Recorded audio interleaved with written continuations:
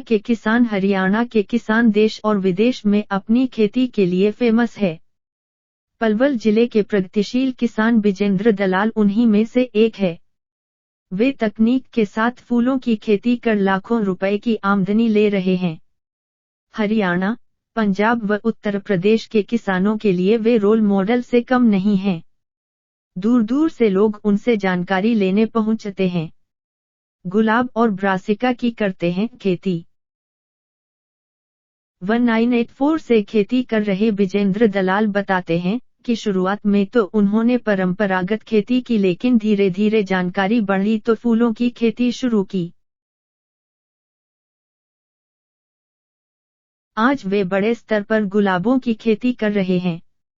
उन्होंने net house में 8.5 एकड़ जमीन पर 25 से 30 हजार गुलाब के पौधे लगा रखे हैं।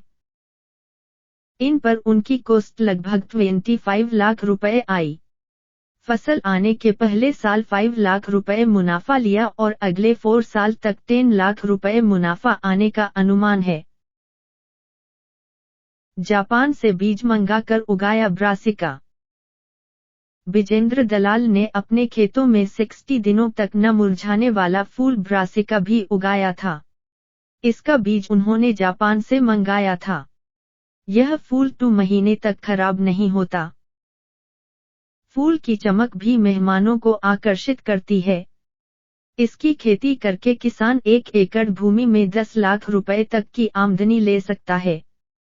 पौध करीब 1013 रुपए की लागत आती है, जबकि वह 30 से 35 रुपए प्रति पीस व्यापारी को बेचता है।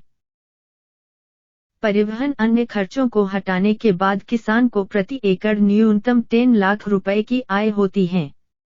व्यापारी इन्हें 70 से 150 रुपए प्रति पीस बेचता है। ब्रासिका फूल की बड़ी खासियत कटाई के बाद 60 दिनों तक खराब नहीं होना है। महंगा होने के कारण इसकी खपत कम तो नुकसान भी बहुत कम है। ग्रुप बनाकर करते हैं खेती। विजेंद्र के पास पारिवारिक जमीन है। वे 3 भाई हैं, लेकिन खेती एक साथ करते हैं। उनका कहना है कि इससे खर्च कम आता है।